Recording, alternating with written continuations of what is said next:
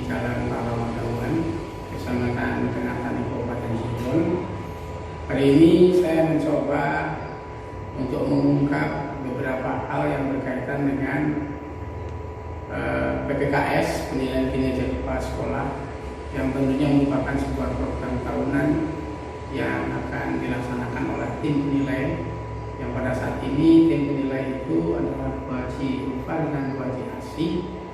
Tapi sehubungan dengan faktor kondisi dan masalah yang terjadi di SMP Tengah Tani, maka kegiatan penilaian kinerja kepala sekolah tidak bisa dilakukan secara langsung sesuai dengan prosedur, karena di antara warga SMP 1 Tengah Tani ada yang terkena COVID positif, ya, di Hidayati, tapi bukan terkena di sekolah karena di luar dari penularan suaminya yang bekerja di rumah sakit Gunung Jati dan dinyatakan positif. Kemudian Gunung masih melakukan kegiatan-kegiatan karena tidak ada pemberitahuan, sehingga kondisi saat ini SMP Tengah Tani semua guru, terutama yang berkaitan dengan komunikasi atau kontak langsung dengan guru itu, dengan mengambil inisiatif kebijakan di dalam sekolah, kami pihak penanggung jawab kayaknya terus melakukan isolasi mandiri. Ada 10 guru. Kepada tim penilai, hari ini saya mencoba untuk mengungkap kegiatan PPKS melalui video. Yang pertama,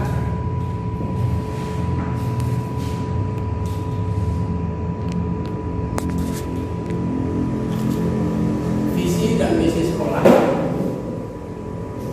Visi SMP Negeri 1 Tengah Tani terwujudnya sekolah berkualitas dalam prestasi mandiri dan berbudaya yang berwawasan religius.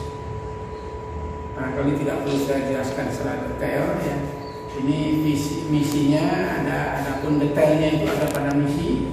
Yang pertama, meningkatkan prestasi akademis, meningkatkan prestasi non akademis, meningkatkan profesionalisme guru dan karyawan, menumbuhkan jiwa kepemimpinan, meningkatkan kreativitas siswa, menggali dan mengembangkan potensi budaya daerah di lingkungan sekolah.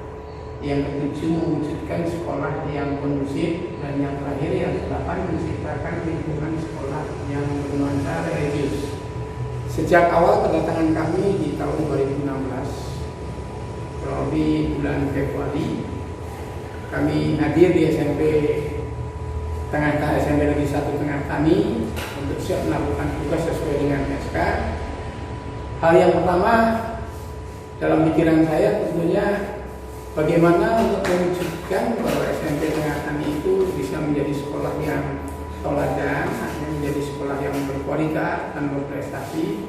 Tentunya hal yang pertama yang kami lakukan adalah nilai keimanan yang ada pada guru dan siswa itu sendiri. Kami wujudkan nanti pada nilai religius itu yang paling utama. Insya Allah tentunya kalau keimanan mereka itu kuat, siswa dan gurunya, maka segala pengetahuan dan wawasan itu akan dengan mudah diserap dan selalu berdasarkan nilai-nilai religi atau keagamaan. Dan kita ini adalah agama Islam. Ini profil identitas sekolah, ya. Nama sekolah SMP Negeri 1 Tengah Tani nomor statistik 20214832, tipe sekolah A, alamat sekolah Jalan Pahlawan nomor 64, Kecamatan Tengah Tani, akreditasi A. Berikutnya tentang keadaan personil sekolah. Yang pertama, tenaga pendidik. Yang PNS ada 27. Kehadiran kami awal ada 31, ada 4 yang sudah pensiun, jadi yang tersisa PNS ada 27. Adapun guru tidak tetap ada 19. Jadi jumlah seluruh guru itu adalah 46. Adapun tenaga pendidikan yang SAPTU PNS itu ada 2. Kemudian yang pegawai tidak tetap itu ada 12. Peserta didik di tahun 2000 tahun pelajaran 2000 2019-2020 dan sekarang 2020-2021 itu kelas 7 ada 310, kelas 8 ada 319, kelas 9 ada 335, jumlah total kelas keseluruhan kelas 7, kelas 8 dan kelas 9 ada 964. Berikutnya tentang sarana dan prasarana sekolah. Ruang guru ada 1, alhamdulillah sudah baik. Kehadiran kami pada saat pertama datang 2016 itu kondisinya rusak parah dan alhamdulillah sudah kami perbaiki. Nanti saya jelaskan satu persatu beberapa poin atau unsur bagian-bagian yang bisa kami rubah dan bisa kami perbaiki. Ruang kelas ada 28, 5 ruang rusak berat, 5 ruang rusak berat, dan kami sudah mengajukan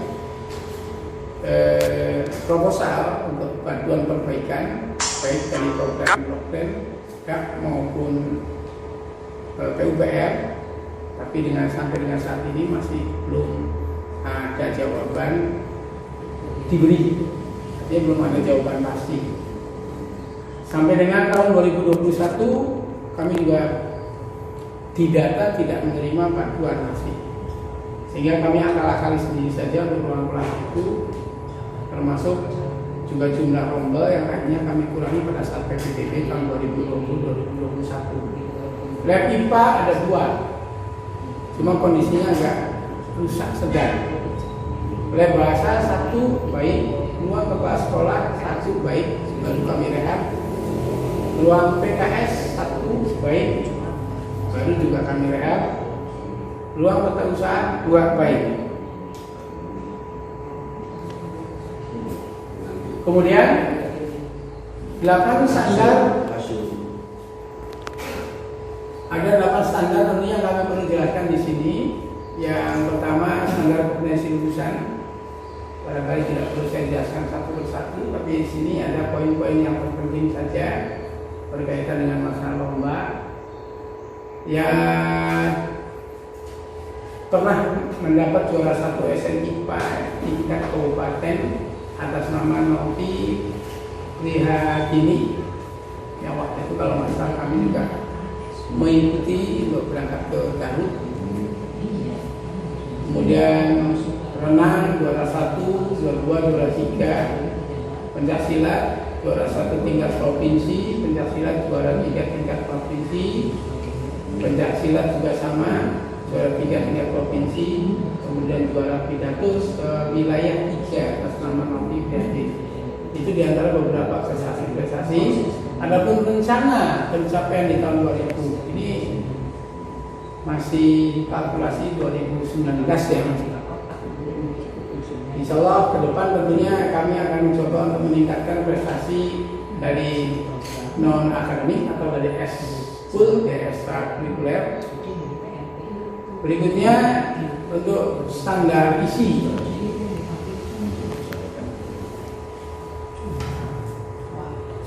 Bisa dibaca barangkali nanti. Yang pertama tersusun dokumen 1 dan 2 KTSP, tersusun dokumen kurikulum 2013 ya. Kemudian rencana pencapaiannya juga melengkapi dan menyempurnakan dokumen KTSP dan kurikulum 2013. Yang ketiga standar proses, alhamdulillah kegiatan KPM ya. Ketercapaian KPM berbasis IT sudah 70%. Kemudian rencana pencapaian di tahun 2021 itu kurang lebihnya dapat mencapai keterlaksanaan kegiatan KPM berbasis IT sebesar 100%. Kemudian pelaksanaan UMBK yang sekarang sudah tidak ada, nanti mungkin akan diganti dengan kegiatan-kegiatan di kelas 8. Empat standar pendidikan, pendidik dan kependidikan. Ini sudah kami jelaskan, barangkali tidak perlu kami jelaskan satu persatu. Yang kelima, sarana dan prasarana. Salah satu di antara program ini yang paling terpenting karena Tengah Tani itu adalah SMP yang sudah tua, tahun 84 gedung dibangun, berdiri tahun 82, dan saya termasuk di antara pendiri yang pertama dari tahun 82, 84 gedung berdiri. Ini banyak sekali tentunya sarana dan prasarana yang perlu dibenahi. Nah, beberapa sarfas yang sudah dibangun ini diantaranya yang melanjutkan rehab musola, membangun tiang bendera, membuat TPS, ya, kemudian rehab atap untuk ruang pembuatan septic tank, fisik dulu, dan ruang kaset, pengadaan meja dan kursi untuk 2 kelas, dan banyak sekali tentunya perubahan-perubahan di sini. Salah satu di antara adalah pembuatan kami jelaskan satu persatu. Kemudian yang ketujuh, standar pembiayaan. Sumber dananya sepenuhnya ini dari dana bos, ya. Dan yang ke-8 adalah standar penilaian. Pelaksanaan penilaian pendidikan sudah sesuai dengan ketentuan. Itu barangkali hal yang berkaitan dengan 8 standar. Adapun beberapa hal yang perlu diinformasikan pada kami. Yang pertama adalah kehadiran kami yang pertama adalah membuat ruang satpam yang waktu itu tidak ada dan sangat diperlukan sekali untuk keamanan, menerima tamu baik dari luar maupun tamu dinas. Ini kami langsung bangun ruang satpam. Waktu itu kami nggak punya dana, tapi kami harus pinjam terlebih dulu di operasi, kurang lebih sekitar 22 juta. Kemudian berikutnya tempat sampah yang awalnya di tengah-tengah kelas dan kantin, yang tentunya ini tidak nyaman dan berbau, sehingga kami pindahkan dan dibesarkan 2 kali lipat, ya, 4 kali 4. Ada berada di depan sehingga pengangkutan sampah itu melalui mobil DKP akan lebih dipermudah. Berikutnya tentunya ruang guru yang di sini, perbaikan ruang guru. Kami datang awal itu rusak parah, bocor semua, hancur, kuda-kuda juga rusak. Kami langsung perbaiki. Nah, strategi pendanaannya itu tentunya ya dengan sistem pinjam program ke koperasi untuk dana kurang lebih sekitar 63 jutaan waktu itu, sehingga balkon diganti, atasan juga harus disuntik-suntik dan sebagainya. Kemudian pengadaan meja guru sebanyak 60 dengan TU, dan termasuk meja kepala sekolah yang tadinya keropos ambrol direhab, alhamdulillah menjadi baik. Ini meja guru bukan beli tapi bikin, alumni yang membuat, sehingga bahan-bahannya kami pilih dari bahan balau, insya Allah ada kuat. Berikutnya rehab yang kami lakukan adalah ini meja gurunya, sebuah ruang kepala sekolah yang ambruk, ya, platformnya. Kemudian ada ruang kelas yang waktu itu sudah lumpuh, tapi kami sudah mengajukan, tapi belum pernah dapat gangguan. Masih ingat Pak Hero, itu sudah memparah, tapi kenyataannya tidak akan dapat di tahun 2017-an. Sehingga kami serahkan rehab ini kepada orang tua, jadi melalui swakelola dana yang dikerjakan oleh orang tua dan komite. Berikutnya yang bendera dari tahun 84 itu mau sudah melengkung, kami ganti, kami cor. Ya, di situ kami mencoba untuk membuat tiang bendera yang bisa seumur hidup dengan kedalaman 0,7, kemudian dibikin ceker ayam dengan besi 16, selebar 1 meter, kedalaman 1 meter, insya Allah kuat dengan tiang standar yang standar nasional, tinggi 12 meter lebih, ya. Kemudian tempat upacara juga sekaligus direhab. Berikutnya musola. Ini musola yang awalnya di tahun 1988.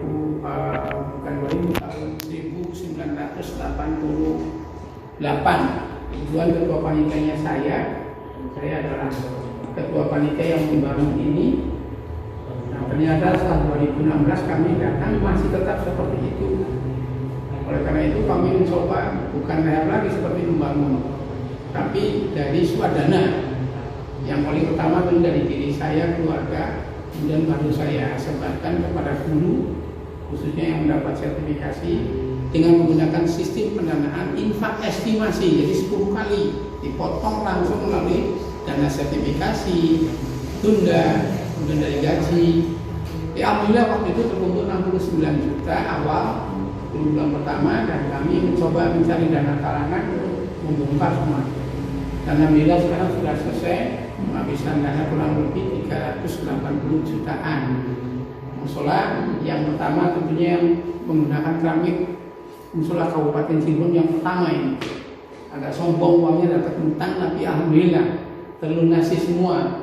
Ini semua pendanaannya itu dari guru, siswa, kemudian kami satu juga alumni.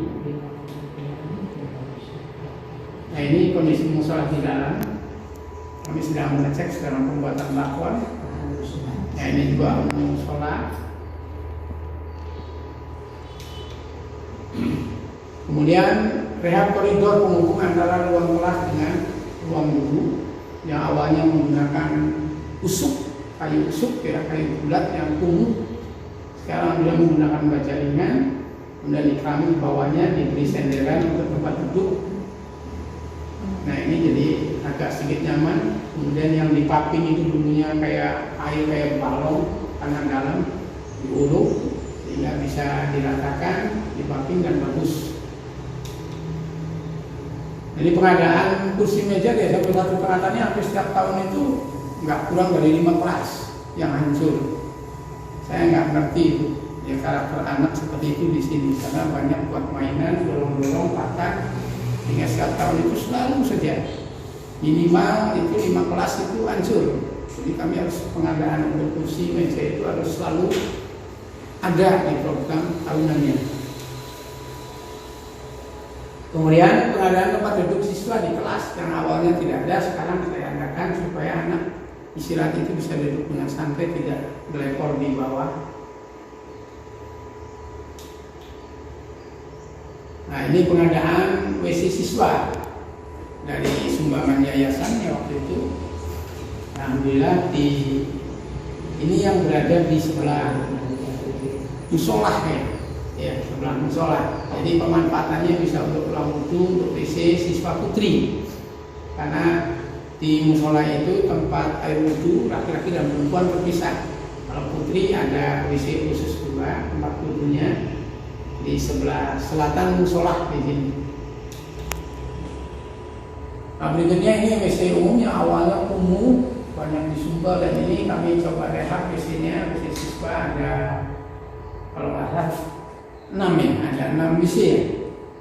Ini terpisah laki dan perempuan sebenarnya. Nah, kemudian di masa pandemi ya, kami buatkan juga wastafel untuk cuci tangan. Nah, rencananya juga kami di bulan Oktober itu mau mengadakan tatap muka terbatas, dan kami sudah mengadakan sosialisasi bersama stakeholder, sesepuh orang tua, Pak dari kecamatan, puskesmas, perwakilan orang tua siswa kelas 7, kelas 8, kelas 9, juga perwakilan guru dan para wakasek. Waktu itu menyepakati, karena masih zona hijau ya, itu menyepakati akan mengadakan tatap muka. Jadi kami persediaan, di samping ada wastafel yang permanen di sini, kami juga ada pengadaan untuk cuci tangannya banyak 28, jadi per kelas itu ada, termasuk sabun cucinya, termasuk hand sanitizer-nya juga, termasuk pengadaan juga masker. Apabila ada siswa yang tidak membawa nanti akan diberi. Ini lengkap semua. Tapi pada kenyataannya pelaksanaan Senin sore ya, kemudian di samping masker juga penutup plastik juga ya, seperti itu lah. Kemudian kami juga mencoba untuk merehab ruang eskul, ruang OSIS. Ini ada ruang silat ya. Nah, ini kami coba yang awalnya luar biasa kumuhnya, kami coba ya dibangun total akhirnya seperti ini. Ini ruang eskul yang berada di sebelah barat. Nah, kami juga membangun yang awalnya kumuh juga, kami bangun tempat parkir khusus untuk siswa karena sepeda itu banyak menggunakan sepeda dan motor untuk guru terpisah, motor dan guru sepanjang 30 meter persegi kali 5. Jadi luar biasa besar, bisa untuk hajatan ini tuh. Nah, kemudian rehab ruang pramuka PMR Paskibra juga eskul masih yang berada di sebelah selatan di dalam lokasi sekolah. Ini awalnya rubuh, hancur, kami datang, alhamdulillah kami bisa rehab, membangun sendiri tanpa bantuan ke siapapun. Ini sumber dananya dari bos sepenuhnya. Berikutnya rehab perpustakaan baru saja tahun 2019. Ini rekanan, tadi rekanan yang awalnya juga hancur rubuh. Nah, ini diantaranya seperti itu Bapak Ibu sekalian ya, kepada tim penilai harap menjadi tahu. Itu yang bisa kami jelaskan. Nah, di sini beberapa album foto-foto dan kegiatan-kegiatan kesiswaan. Ini adalah upacara bendera, lomba atau upacara bendera. Kemudian kegiatan perkemahan yang selalu kami adakan di sekolah, karena sekolah luar biasa, halamannya luas, cukup lah supaya meringankan beban orang tua, tidak menjadi beban lagi kegiatan perkemahan. Jadi diadakan di sekolah sehingga terawasi dan mudah bekerjasama dengan orang tua untuk bisa bekerjasama dalam rangka untuk pengawasannya dan pelaksanaannya. Ini ada kegiatan perkemahan, jadi di sekolah kami tidak keluar. Nah, ini kegiatan latihan kurban. Alhamdulillah kemarin bisa sapi dengan 3 kambingnya. Hewan korban sapi. Dan kegiatan latihan kurban anak-anak juga. Nah, istiqosah di sini istiqosah bersama dalam rangka untuk yang pertama adalah kelulusan dulu tuh ujiannya UNBK sama ini. Kemudian kegiatan baca tulis Al-Quran bagi siswa yang belum bisa baca tulis Al-Quran akan spesial kegiatannya dilakukan oleh guru agama karena ada instruksi wajib dari Pak Kadis untuk bisa baca tulis termasuk dari Bupati juga, sehingga kami mencoba untuk yang belum bisa baca tulis Al-Quran segera melalui latihan-latihan di luar jam pelajaran. Ini guru agama juga yang mengajari baca tulis Al-Quran. Kemudian pemanfaatan IT di sekolah. Nah, ini di ruang IT. Kegiatan belajar mengajar di lab. Kemudian sosialisasi dari Dinas Perhubungan. Kemudian program Semua Bisa Sukses dari Bank Dunia sudah masuk SMP 1 Tanggatani. Program penyuluhan kesehatan mata dan tambah darah tadi Puskesmas Kecamatan Tanggatani. Kemudian program kerjasama membatik dengan pengusaha batik Fani. Kebetulan Fani ini adalah guru honor kita di sini. Jadi bisa difasilitasi oleh beliau untuk anak-anak yang praktek seni budaya khususnya untuk membatik itu bisa langsung terjun ke tempat pembuatan membatik. Program kerjasama penanaman 1000 pohon dengan SMK Farmasi Muhammadiyah. Kemudian program literasi buku bacaan, program literasi baca Al-Quran, kegiatan sosial sekolah terkena musibah, bagi yang terkena musibah ini diberikan santunan anak Sumber dananya itu dari dana kebersamaan, di mana sumber dana kebersamaan itu adalah diperoleh dari kantin, kemudian reongan, kemudian dari sebagian persentase kegiatan skup sekolah yang didanai dari dana BOS, misalnya kegiatan kayak perkemahan dan sebagainya, itu nanti sekian persen itu masuk ke dana kebersamaan dan dimanfaatkan untuk kebersamaan semua milik siswa, guru, dan warga. Berikutnya kegiatan santunan kepada anak yatim dan kaum duafa selalu dilakukan biasanya setiap tahun. Kemudian prestasi siswa di bidang olahraga, ini ada pencak silat ya, yang kemarin kalau nggak salah ini juara 1 ini.